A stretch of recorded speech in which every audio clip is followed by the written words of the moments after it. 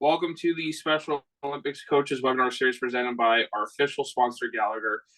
Again, a huge massive thank you to Gallagher for the continued support as the official sponsor of Special Olympics sports and coaches programming. Thank you all for joining today's webinar as we look to offer coaches more learning opportunity in the area of coaching adult athletes. Real quick, just a few housekeeping rules. The webinar offers simultaneous interpretation in 8 languages. You can choose the language using the global button at the bottom of the screen. And then also please add any questions you have for the speakers in the chat or the Q&A function. All right, so you're probably wondering who the heck this chap is from Seattle, Washington, who decides to get up really early in the morning. But anyway, my name is Garrett. It's like I said, I'm from the Pacific Northwest in Seattle, Washington, in the United States of America. I've been involved with Special Olympics for nearly 8 years. I got involved because of a friend from my university who needed players on their soccer team, and I've been a part ever since. I'm an athlete and an official in football, or in soccer as we like to call it in America. I'm a big Burnley FC fan, and I support the mighty Union Berlin of the Bundesliga. I'm also one of 540 proud owners of a wee Scottish football team in Scotland, the Caledonian Braves. Sport is a fantastic outlet. It keeps you out of trouble. You can play the sport you love, and you can create long-lasting memories and relationships with people with the same interests. It's also a great way to exercise, and it helps me with my nutrition. Instead of going out with your mates on a Friday night and eating fish and chips, I know I have to get my carbs, protein, and veggies in, as well as my hydration. So that's me on the athlete side. Now, as like I mentioned before, I'm an official too. I always had a fascination of what it would be like to be an official in sport. I went to my local referee association, paid the registration fee, did the course, and have since refereed at 1 USA Games, 2 Unified Cups, 2 World Games, and I'm still actively refereeing in club and high school soccer in the state of Washington. As well as being an athlete and an official with ID, I'm a spokesperson for my local athlete leadership council. I'm an ambassador for Special Olympics Washington. And then I also participated in the 2019 Capitol Hill Day, working on behalf of Special Olympics Washington to raise funds for health programs and unified schools. I was also the vice chair of the Athlete Input Council for the 2022 Special Olympic USA Games in Florida. And last but not least, I have the honor to join, not trying to be biased here, but the best team in Special Olympics is sports and competition team as an athlete advisor. Basically, in this role, whenever the team needs assistance or feedback from an athlete's perspective, they basically call me. Like I tell them, I'm only one call away. So that's a little bit about me. We have we have 2 fantastic guests. Unfortunately, Scott from Gallagher is not be able to make it on this morning, so we're going to jump right ahead to our first presenter, Thomas Graham from Newcastle Foundation. Thomas is a project and coordinator for health and well-being team at Newcastle United Foundation. He has worked with at Newcastle United Foundation for 4 years, delivering and coordinating programs designed to improve the health and well-being of our community. Thomas has also held an honors degree in sports competition and development. With that, I would like to welcome Mr. Thomas Graham to our webinar. Hello, thank you.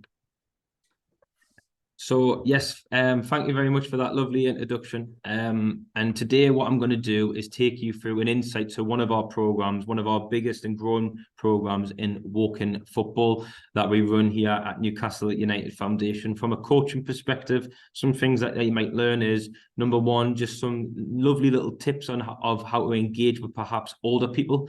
I'll delve into what I mean by that soon, but also as well, just some kind of background to coaching. So, coaching can be perceived as, hands-on on the field all the time, but actually it's off the field work, which of course is what we have to look into too. And as well, just other duties that you might find useful, which can kind of help any form of development. So I'll get straight into my presentation. So just to give you some context, first and foremost, of what Woking football is. Woking football is a slower version of the regular game. So if you think of football or soccer or however you see as football, it's a slower version of the normal game. And it's aimed primarily for people aged 50 and over. And it's seen as a reintroduction back into physical exercise for perhaps anybody who has been inactive for a long period of time. Now, if you think typically when you get a little bit older, so I can even speak from my perspective here. I'm now 30, I've got kids, I've got a wife. My lifestyle is a lot busier. I go to work. So the opportunity for time to look after myself and do something that's physically, socially and mentally active for myself is restrictive. And in opposed to when I was a little bit younger, I kind of had as much free time as I want outside of work and education. I kind of fitted physical exercise around whenever I needed. But when you get older, these opportunities can be really restricted. And Woking football as a whole is still quite of a new intervention. It's only just over 10 years old, so it is quite new.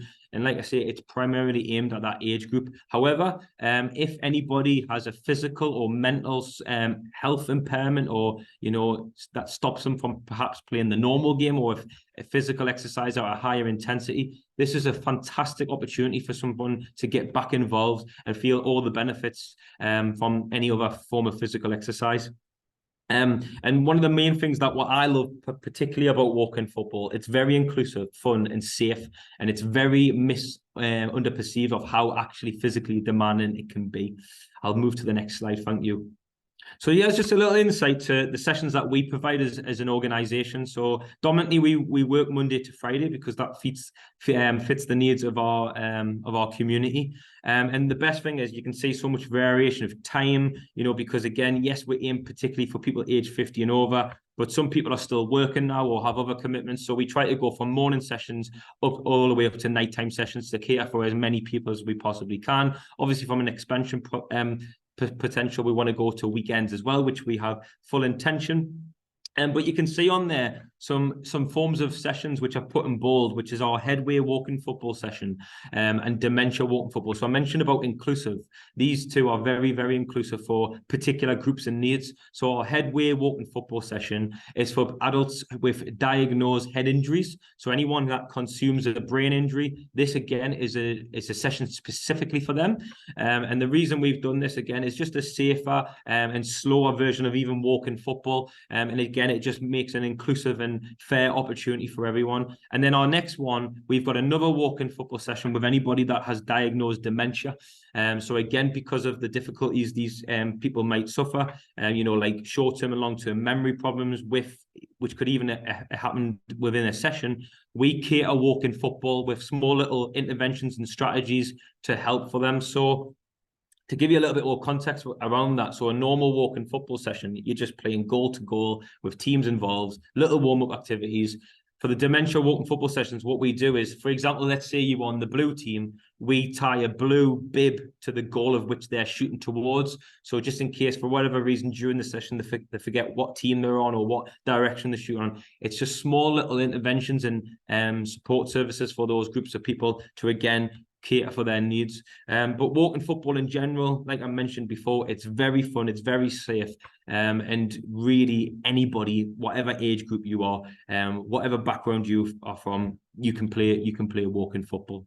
I'm going to come on to our Thursday session league session further on the program. The presentation, so I'll come to that soon. But next slide, please.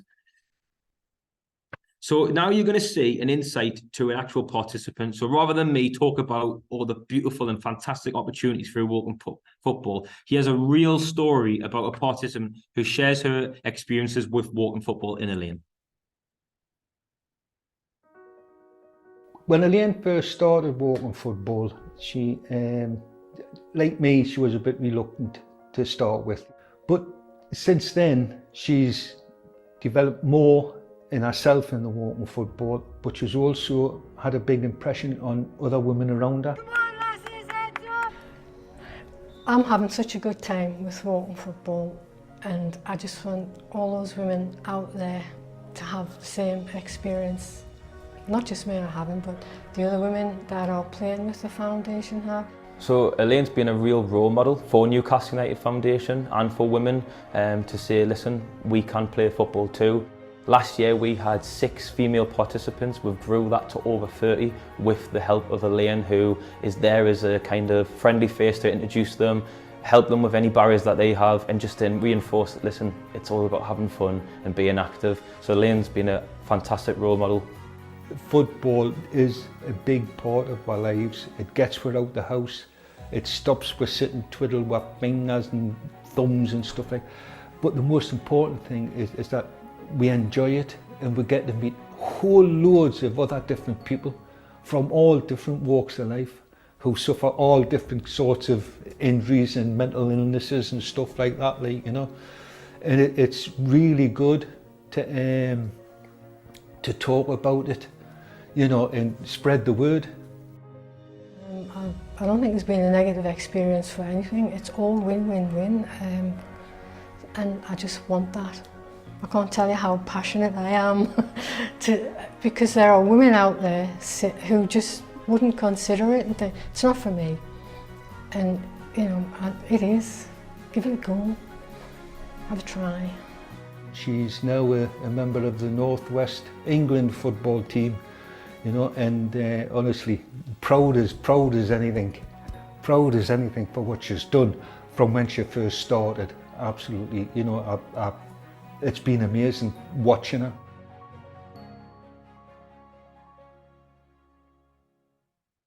So there's a really great insight to a participant in Elaine who, when she first started, was very, very shy, was really kind of low on confidence in terms of just engaging with walking football. Her first steps were just participation. You know, so from a coaching perspective, it might not be, you know, teaching someone a new skill in terms of, you know, how to kick a ball or how to do a fancy trick.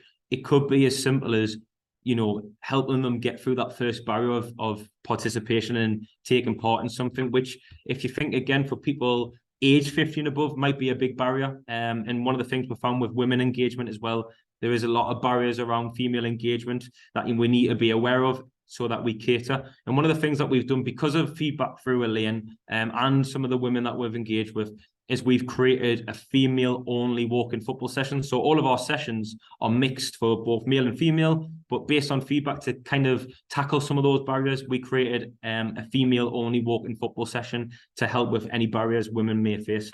So that's a really great insight to now where she leads on teams and takes part in our league. So one of the other fantastic opportunities, which is how I came across Jeff, who's actually invited us to come onto this fantastic webinar, was through EFDN. EFDN stands for European Football Development Network, and they do so many different interventions and programs to help for different aspects.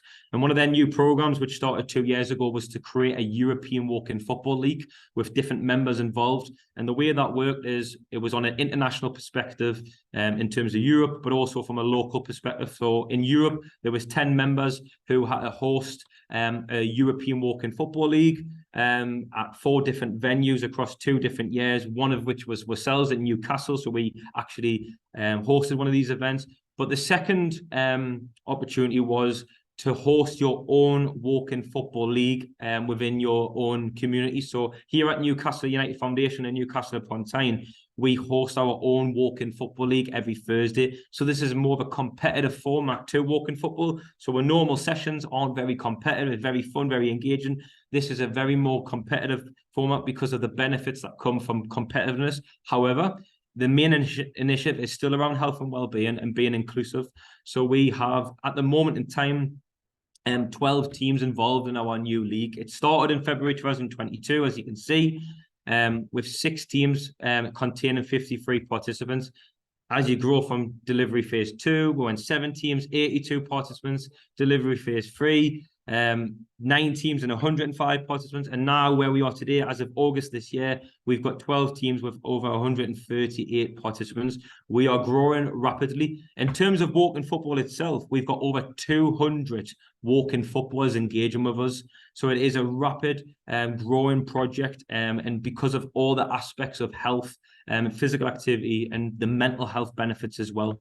And what we've done superbly is we've actually associated all of those 12 teams with a grassroots football club within our areas. And the reason we've done that is to kind of create new partnerships because of other interventions we do here at Newcastle United Foundation, but also to help support those people engaging. So all of those 12 teams have been kitted out, so donated strips to, again, you know, just bring that better experience for all of our walking football participants, because that's what it's all about. So from a coaching perspective, again, ultimately, your first question of a coach is, why do you do what you do? What is your motivation? And it should be around dominantly the participants. Yes, you want your own development opportunities, whether it's yourself, the team that you work with, or, you know, the full organization, if you like, or the program. But ultimately, your main initiative should be to improve something or someone of who you engage with. And that is our intention here. It's to improve the opportunities of our community and improve the health and well-being. Next slide, please. So in terms of a structure, so again, this gives you an insight to perhaps organization, planning, and reviewing to ultimately create the best opportunities within a program. So what we do first and foremost is we have a pre-league delivery phase. This is where we'll advertise for prayer recruitment. We'll ensure that teams are full. You know, some teams come as a whole package, but also because we're inclusive, we allow people to sign up as an individual and we will allocate them to a team.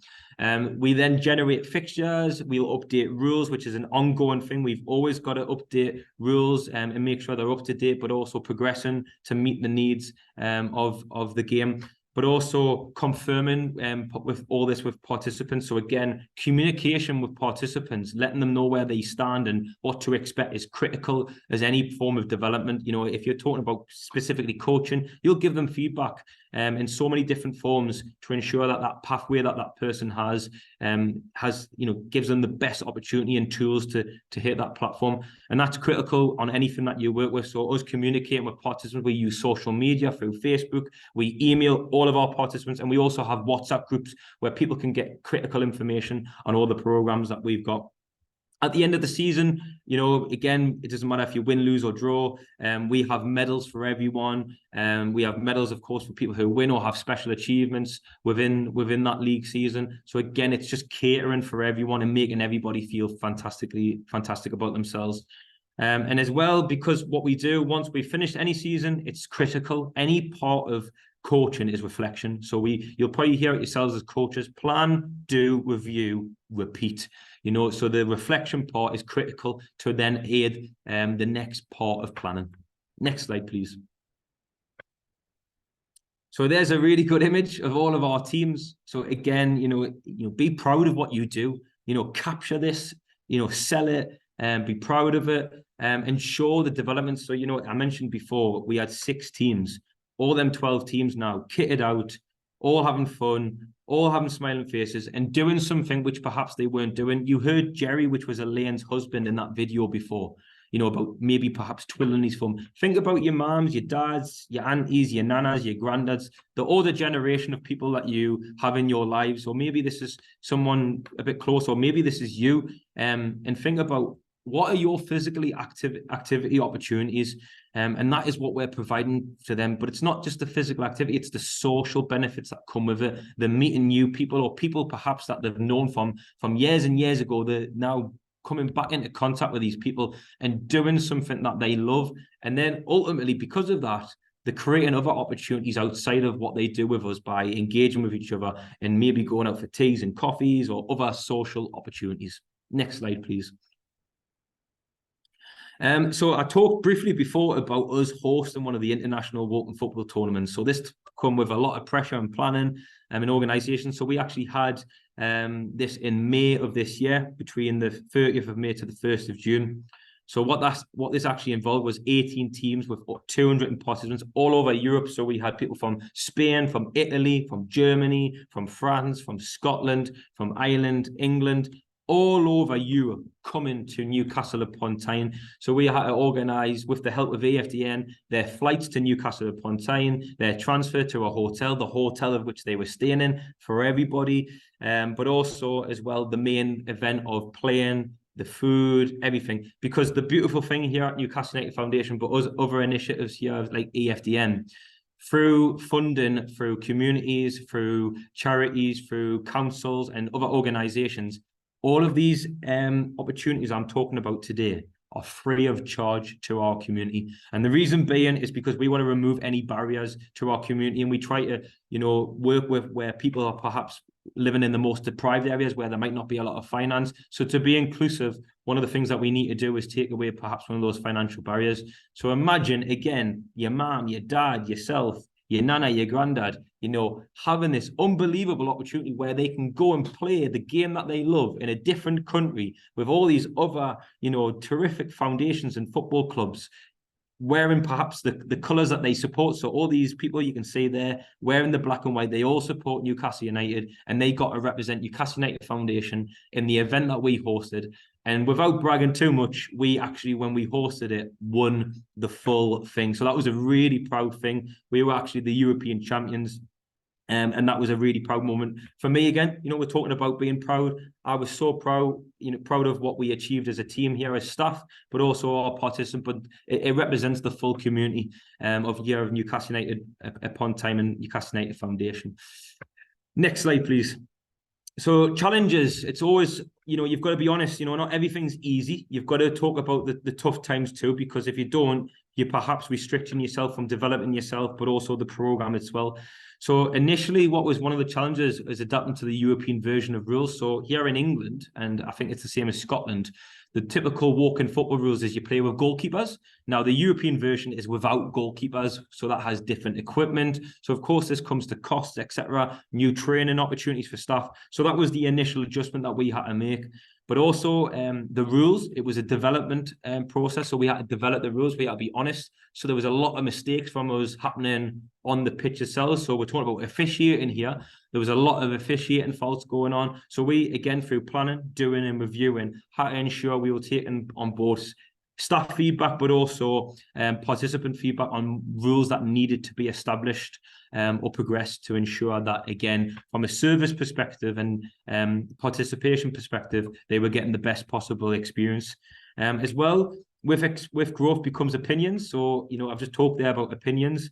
We were getting so many opinions, critically about, perhaps things that could be improved, things that they perhaps didn't agree on. And that's good and that's fine, because you want to hear critical feedback. Sometimes it's not nice because, you can try your best and be proud of what you've done, but sometimes there's always areas of improvement. But having that open mind as a coach can be critical to further identifying progression routes. So this year in September on the 7th, we established the first ever walk-in football player forum.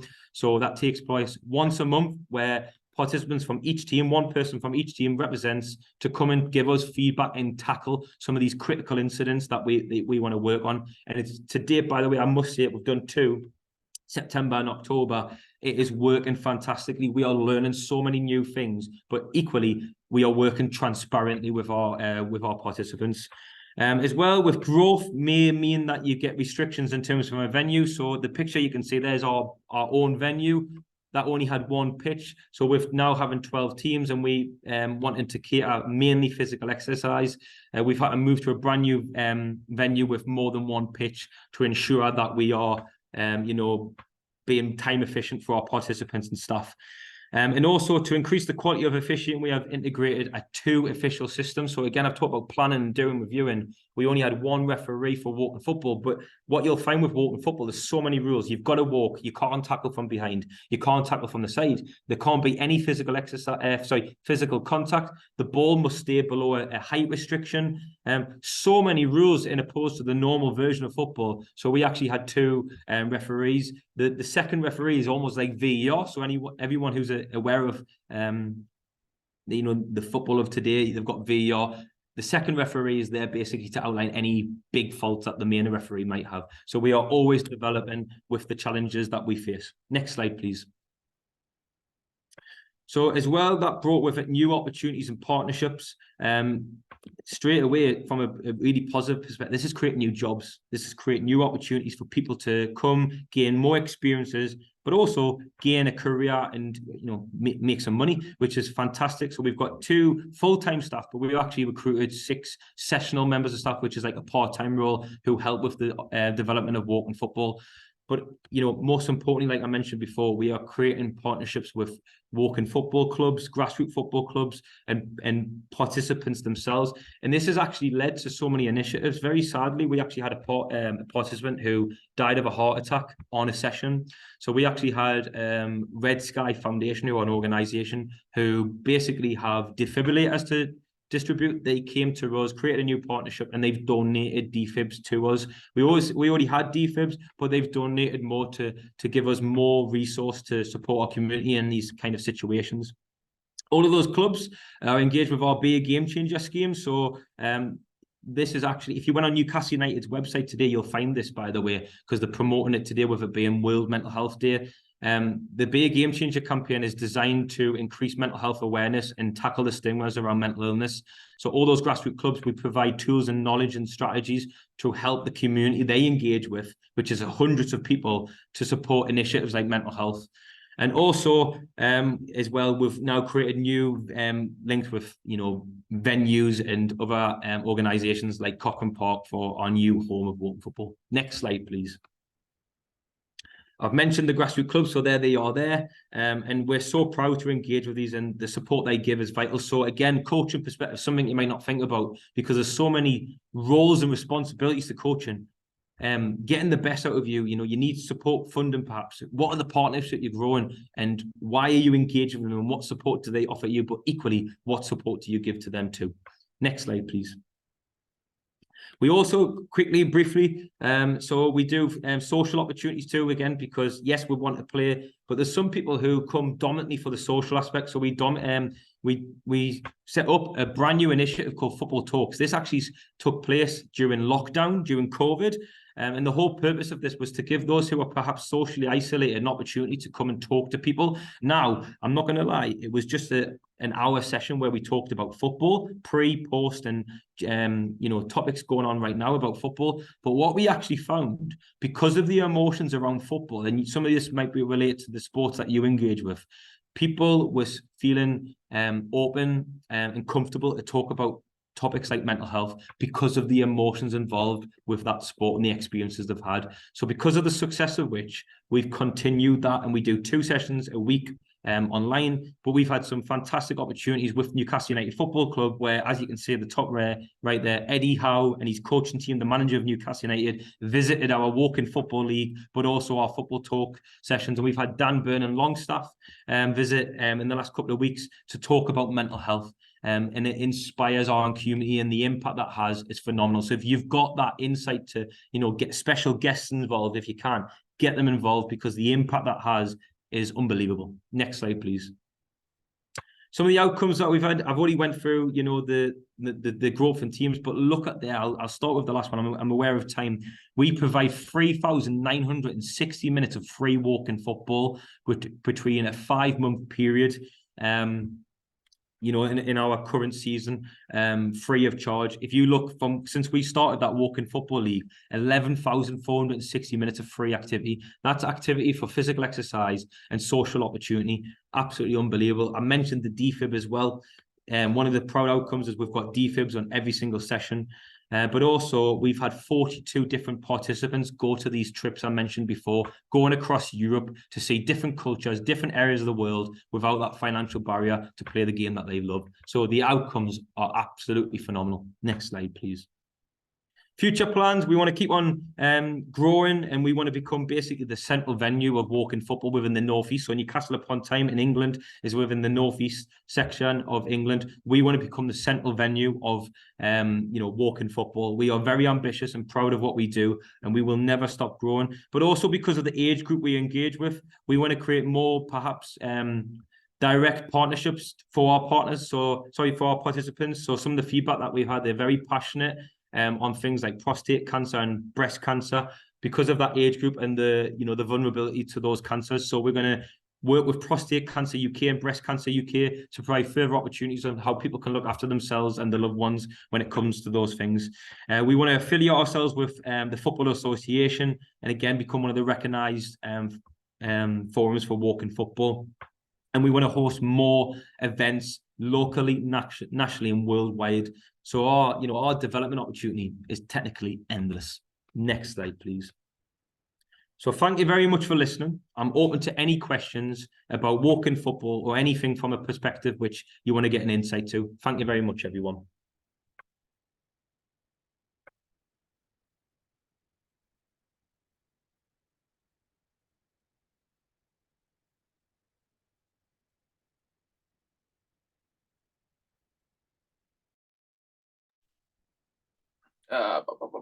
Yes.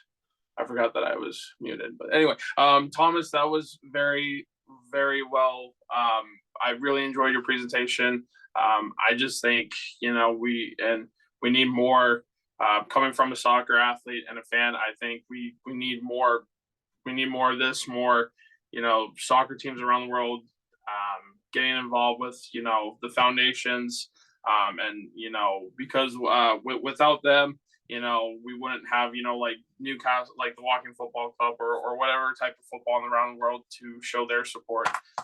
So before we get on to Mr. Ken, we have Mr. Scott, and he is actually from our sponsor today, Gallagher. So again, Scott, thanks for hopping on. A little bit about Scott.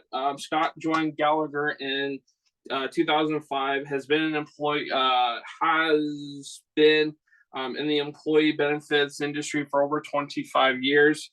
In his third position with Gallagher, Scott's leadership focus on two areas, team members and Gallagher clients. Scott resonates in Torrance, California, with his wife Olivia and their two sons, Mateo and Josh. Scott currently serves as a volunteer coach and board member of Special Olympics Southern California. And Scott is also a passionate Boston Red Sox fan. So Scott, welcome to our coaches webinar. Thank you. Garrett, can you confirm you can hear me okay? Yes. Perfect. Well, thank you, Garrett. Thanks for that introduction, and sorry for the challenges of getting in here today. But if there is a will, there is a way. So I am glad that I made it, and thanks everyone for your help. It's such a great event.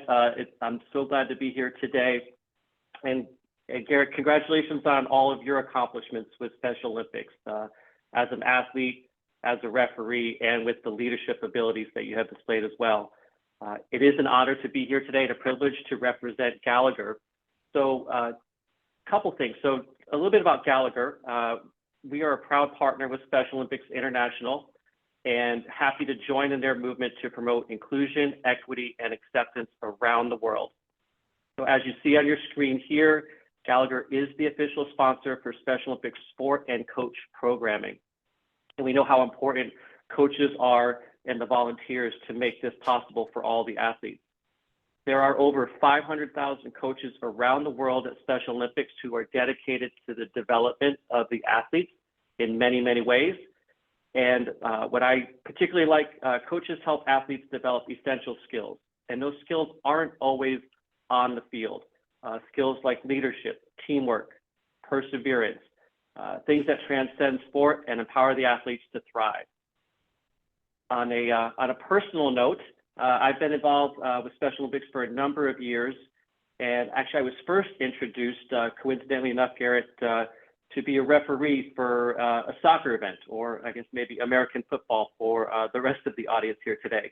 So they asked me to participate and join since I knew the sport and played it, and that was held at my college, and that's how I was introduced and learned about the movement.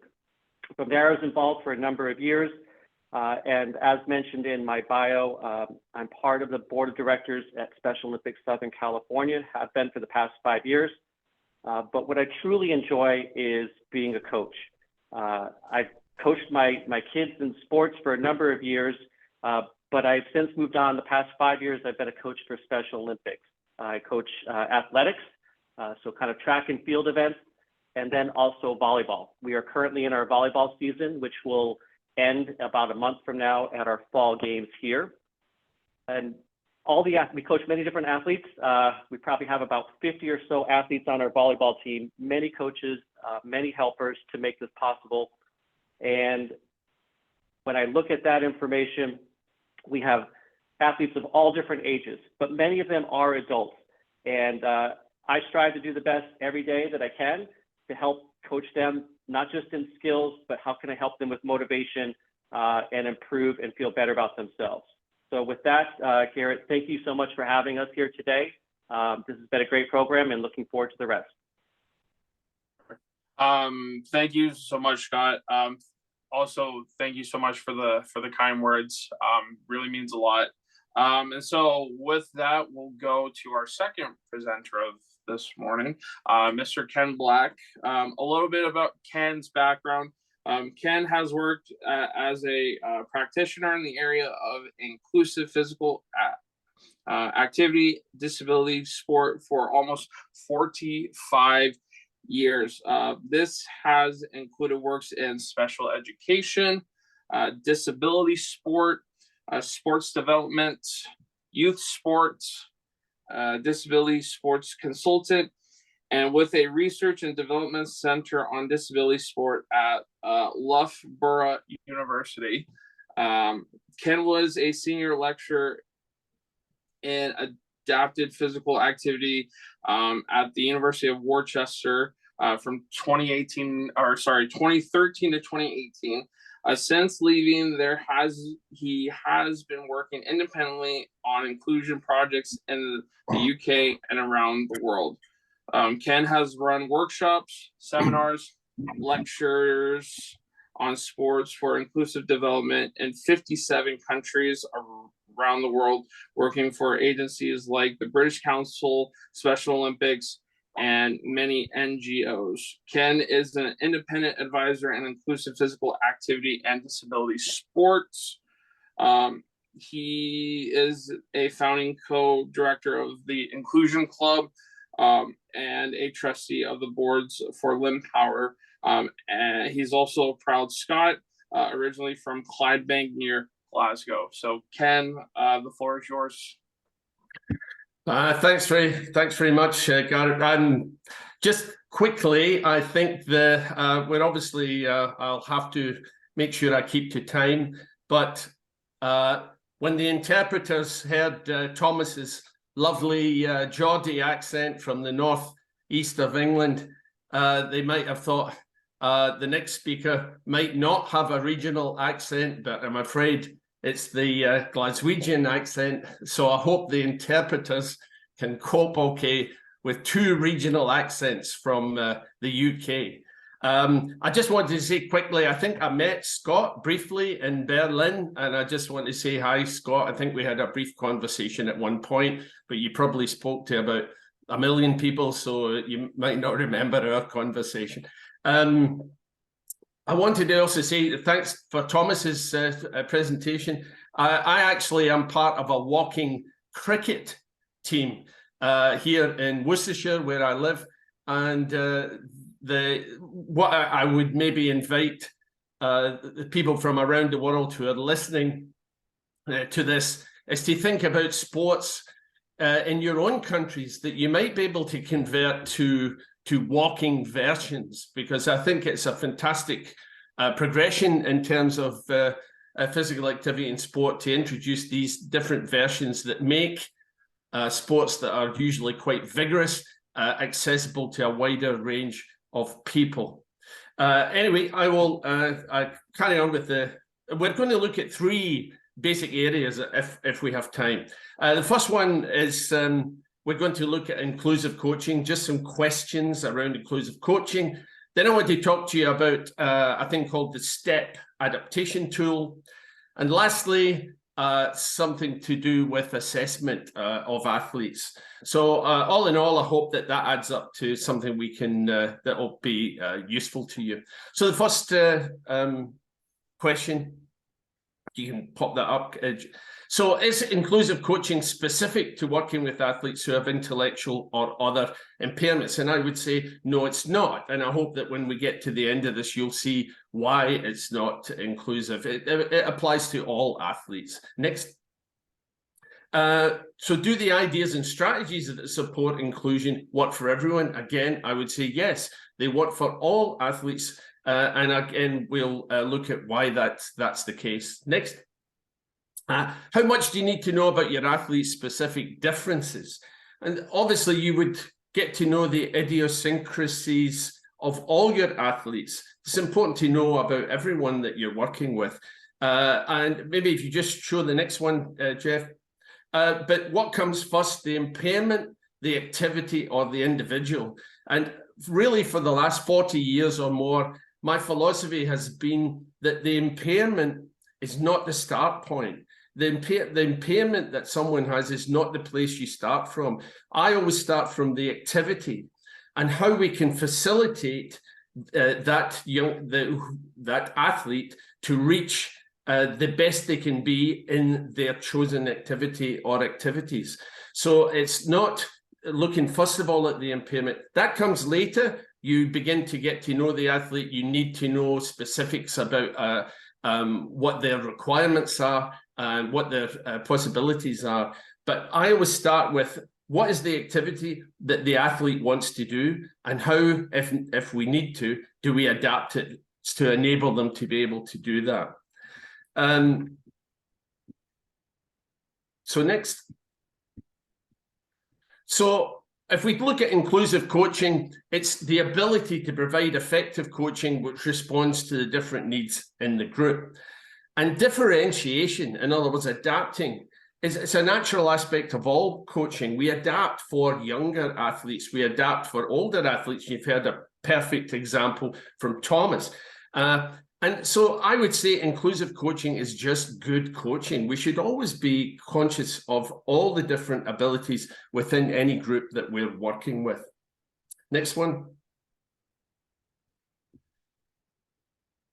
So if we're working with adult athletes, is the activity age appropriate? And I would say every activity is age appropriate if you deliver it in an appropriate way.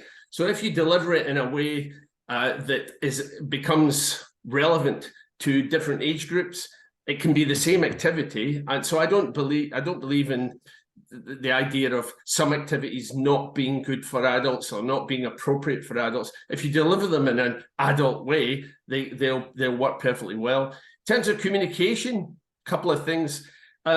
You have to recognize what the athlete's preferred mode is, and you'll get to know, obviously, your athlete's preferred way. It could be a positional thing. If it's a vision impairment, that they would be somewhere, because a lot of our athletes have other challenges in addition to intellectual impairment. So we're looking at different sensory needs, for example. Do they have to be closer in order to hear or see, for example? The other thing is tone and language. I feel it's important to use, just stick the last one up as well, Jeff. I think it's important to talk to people relevant to their age. So I may simplify language and reduce the number of jargon or difficult concepts, or concepts that are outside their experience. But I would always talk to a 25-year-old as if he was a 25-year-old. I talk to a 50-year-old in the same way. I talk to a young person, somebody below the age of 15, perhaps in a different way to somebody in terms of the tone and the language that I would use. I would use the tone appropriate to their age, but the language appropriate to their understanding. And in terms of cultural aspects, these are things that might be things we need to think about in terms of specific dress codes for certain individuals. And those we should make sure that we're cognizant of these cultural aspects that are important to people beyond the activity that they're doing. Okay, next.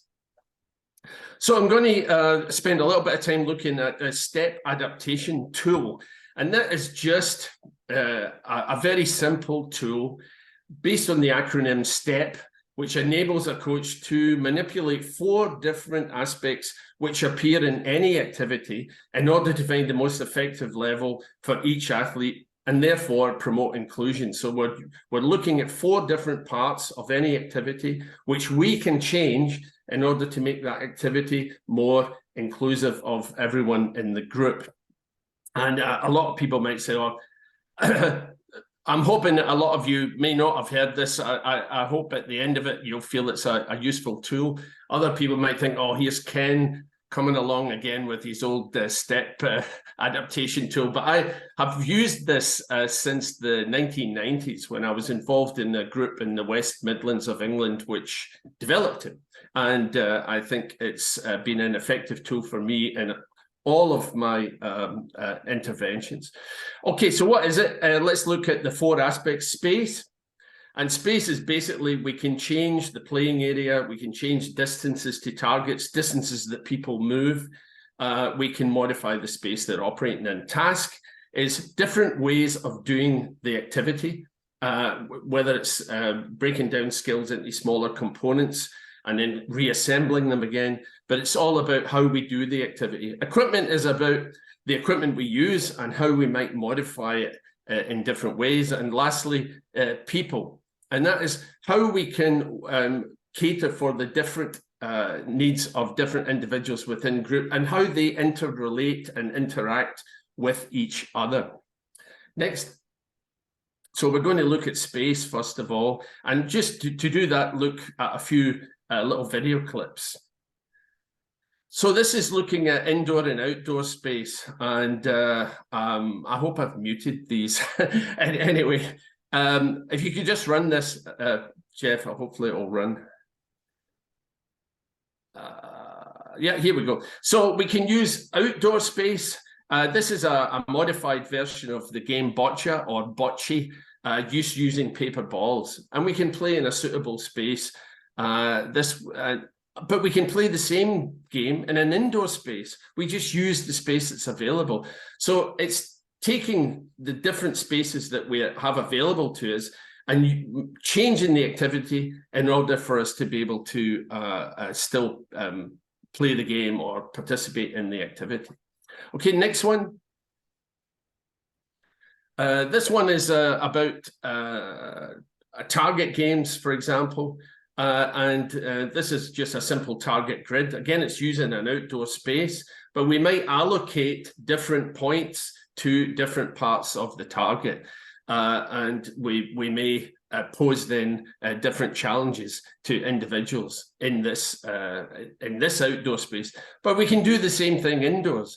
We can create a grid and allocate point scores for each part of the grid, and that is something we can do. And this was the hall in my previous house before I moved to where I am now. So you just take advantage of the space that's available to you in order to create an activity.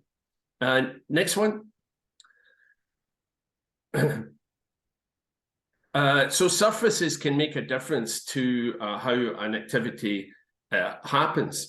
It can affect people's balance. We can play on grass, we can play on hard surfaces, but it can be, we have to be cognizant, aware that it may affect, for example, people's movement and balance. But we can take advantage of it. This is a tabletop, and we can create a game by, instead of rolling or throwing balls, we can slide an object. We can do the same game on the floor. So it's using the surface to create an activity. So we were able to slide towards the target, then we can do that. But also be aware of surfaces and the way that they can affect people's movement and balance. Next one.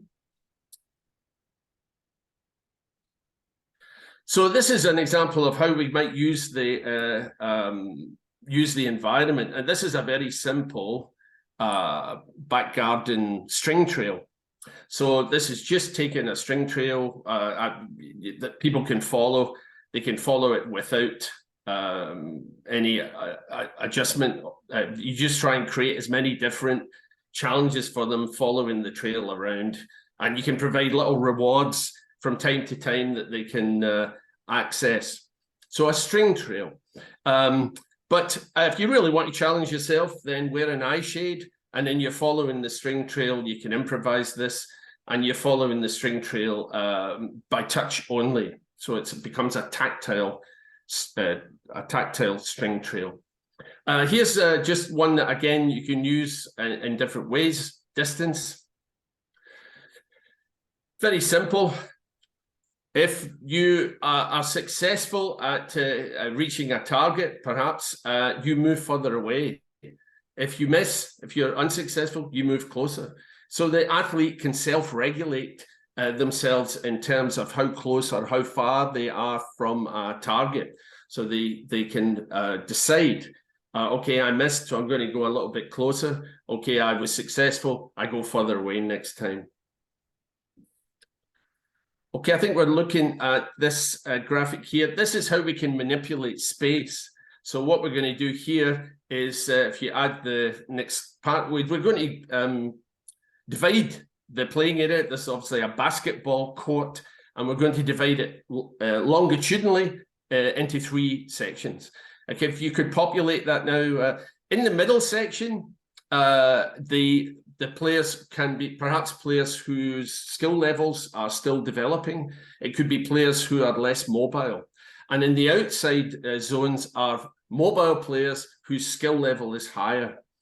The players remain within the zones that they're allocated. They interact the ball. They can pass the ball in and out of the zones and play a normal game of basketball. But the outer players can only shoot from where they are on the outside. The players on the inside can get closer to the basket. The only rule would be you can't pass the ball from one side to the other side. It has to go through the center so that everyone has an opportunity to play the ball. So this is one example of how you can manipulate space in order to cater for different abilities in the same group. Okay, next one. So space, just to summarize, you can manipulate it in lots of different ways. You can make use of the environment in different ways, and where the space is limited, you modify the game rules or the way that people play. So this is about task, and I'm just going to use one example here, and this is a task progression. This was some video that I took. I was running a workshop in Lima, Peru. I noticed earlier we've got a participant from Lima. And I was in Peru and running some workshops on behalf of the British Embassy there with local people. So this is just a table tennis progression showing how you can move from just rolling a ball to then beginning to play the ball with the flat of the hand. So it begins to look like table tennis. So we've got no barrier. We're just trying to help a person coordinate movements and playing forehand and backhands. Then we can add a racket, a small table tennis racket, easier to manipulate. Some people might need a bigger one initially. And you notice that we're using quite a large ball, but it's beginning to really look like table tennis now. And then we have to add the component that makes it like table tennis, and that's the barrier. And this way we just serve the ball, but allow the person to catch the ball before they play it if they need to. And we can use a tee for the person to be able to play the ball back over the barrier. That helps them to get elevation and lift the ball higher over the barrier. Then we can use a feed from a helper. So the helper can do a drop feed, and the player can begin to coordinate hitting a moving ball rather than a static ball. And then we can begin to provide some motivation. And this is by putting some targets, which the player can then try to hit, just to give them some additional motivation. So this is to show you how you can build up any activity, in this case, table tennis, but it could be any activity, by gradually adding the skill levels. This has become a numbered target game now. And then when they've acquired sufficient skills from these progressions, they can move into a game. Playing the game too early before the skills have fully developed, that could lead to some frustration. Okay, next. Time is really running out, so I think we're only going to get to the end of the step part, I'm afraid. But the task, just to summarize task, there's more than one way to perform a skill. And you try to work with the best way that each athlete can perform that skill. And you can use progressions that build up gradually and enable athletes to move on to the next level when they've got full control in the previous level. Okay, and next. So equipment, I'll quickly look at this. You can use the available equipment you've got with imagination, so be creative. You can use non-sports items. It doesn't have to be sports equipment, or you can use regular sports equipment in an adapted way. So you can slightly deflate a ball, for example, so that it moves more slowly. Let's look at a little example. Some games, and this isn't just for people who have vision impairment, but there's a lot of research that shows that if you make a ball a sound ball, people develop ball skills more quickly. And this is just put a ball inside, any ball inside a plastic bag. You tie up the plastic bag. When you roll it on the floor, the bag crackles and you've got a sound ball. So you don't need to buy expensive bell balls, or that you could start playing goal ball, for example, if you're working with vision impaired people. You can, but as I say, research has shown that it's very important that you expose players in ball activities to sound balls, because it improves their skill, especially in the early stages. Okay, next one, which I think is the last on the step. So if we're looking at people, encourage athletes to support each other. So begin to work together. You might have an athlete who is competent working with one who's still developing their skills. Emphasize teamwork. And so you can do that through cooperative activity. So activities that don't necessarily begin with confrontation or competition, but where they're working together to solve a particular situation. And provide opportunities for them to develop leadership skills. And we heard already from Garrett, he's now an official, that it's important that athletes give back to the sport a little bit and they can become leaders and coaches and officials. I think if we just do the step summary, and I think I probably have to stop then at that point. So STEP's an easy to apply adaptation tool. You can just use it to support inclusion across any activity and any ability. And you can use the STEP components on their own. So you can just look at space or just look at the equipment, or you can use them in combination. I think we probably need to stop at that point. Just to repeat that all coaches adapt and modify, and it's just extending that ability using things like STEP. And one thing I'd want to say about STEP was it can be I've developed a Spanish version, a version for Amharic in Ethiopia, a Chinese version. You can make STEP in your own language, and it doesn't have to be the word STEP. It can be any word that contains those 4 components.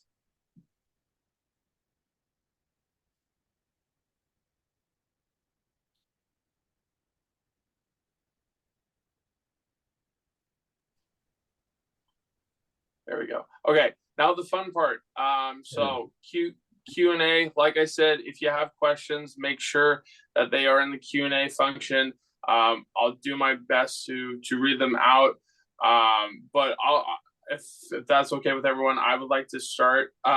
Ken, so again, fascinating presentation. I was sitting back and some of the points hit home.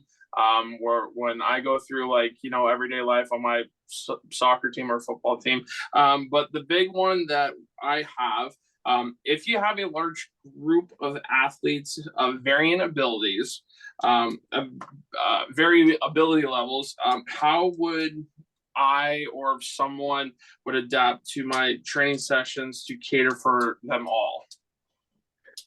Okay, two quick things, and I think we possibly can look at a slide if Jeff's got it handy. The first thing I'd do, well, just leave it at that. I would perhaps do a little bit of assessment. So get, perhaps ask all the athletes to go and show you all the different ways they can balance.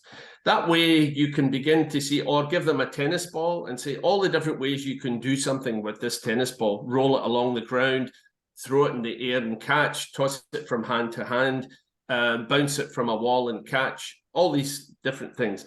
That way you can very quickly see those that will need to be pushed more and extended, and those that need some support.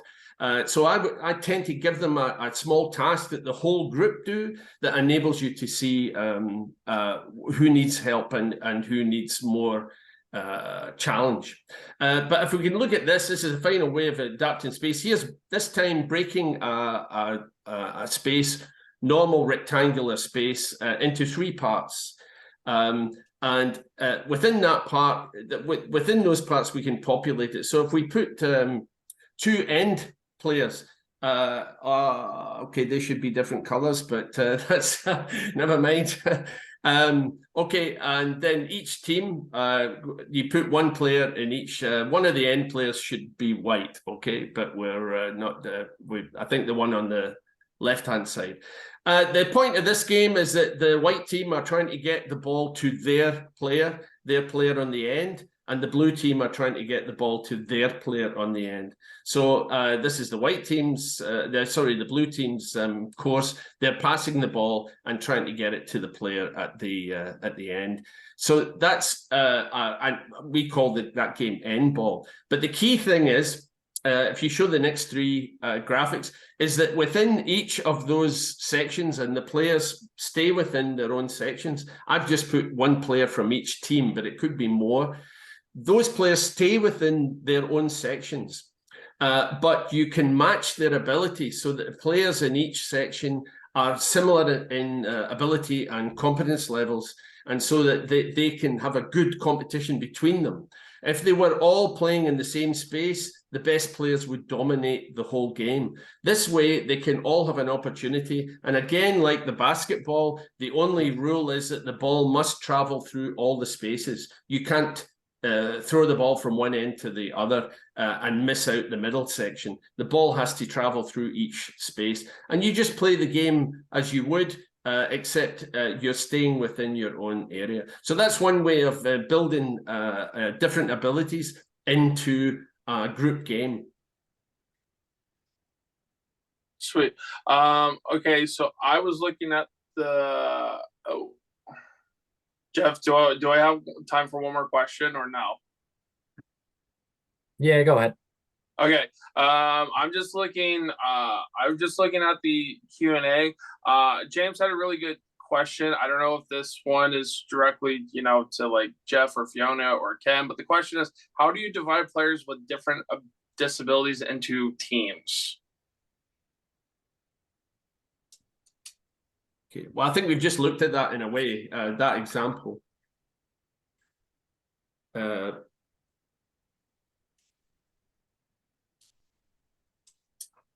All right, so basically, all right, so move on. So we have a special video, one last video before we're done for our coaches webinar. So now we have a special message from one of our proud Special Olympics supporters. I would like to welcome former U.S. men's national soccer player and the current vice president of sporting for the U.S. Soccer Federation, Oguchi Onyewu, to say a few words.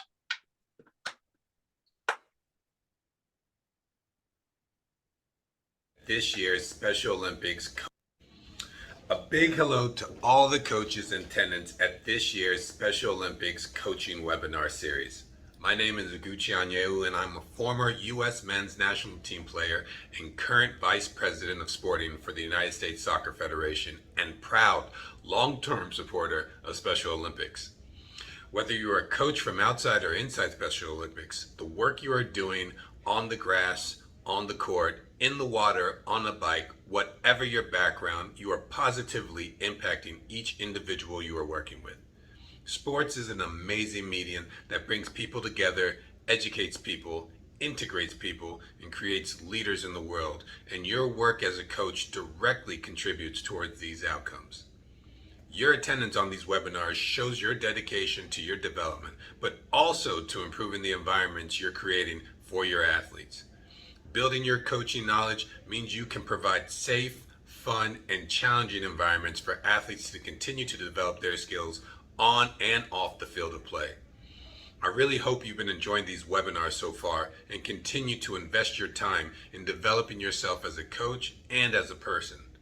I would challenge you all to note some key points from the webinar and take them away with you and apply to your own coaching environments and challenge your athletes no matter what the sport, background, Special Olympics or not. My note to you in taking away is we don't expect our athletes to develop and while keeping them in their comfort zone. So you as coaches can't expect to develop by staying comfortable.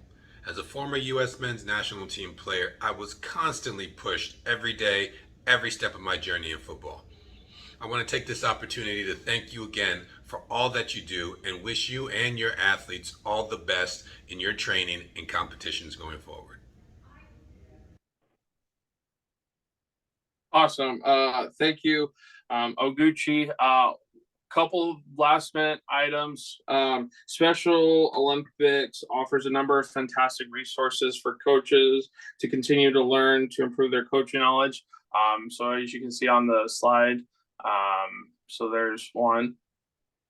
So Special Olympics online learning portal and Special Olympics sports specific resource page. And then next one is the Special Olympics website. Where am I? Special Olympics webinar hosts a number of different resource pages for different areas. Be sure to check out the resource. Check out this page, that is resources.specialolympics.org. Again, resources.specialolympics.org for access to all of these amazing resources, including unified sports division and young athletes. And all these pages will help you with your coaching Special Olympic athletes. Again, one last thing, the dashboard for the coaches webinar series. This year, we'll continue to have our interactive dashboard for you to engage with more with the webinar series. And then, so there's that. And then again, so that's it. Again, a huge thank you to Thomas, Ken, Oguchi, Scott, and this was the final webinar of the 2023 Coaches Webinar Series. Again, thank you to everyone for taking out their time and day to come watch these webinar series.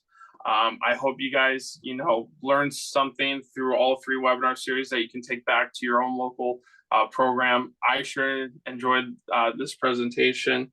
Again, a huge thank you again to our partner Gallagher for their support of Special Olympics Coaches Webinar Series 2023.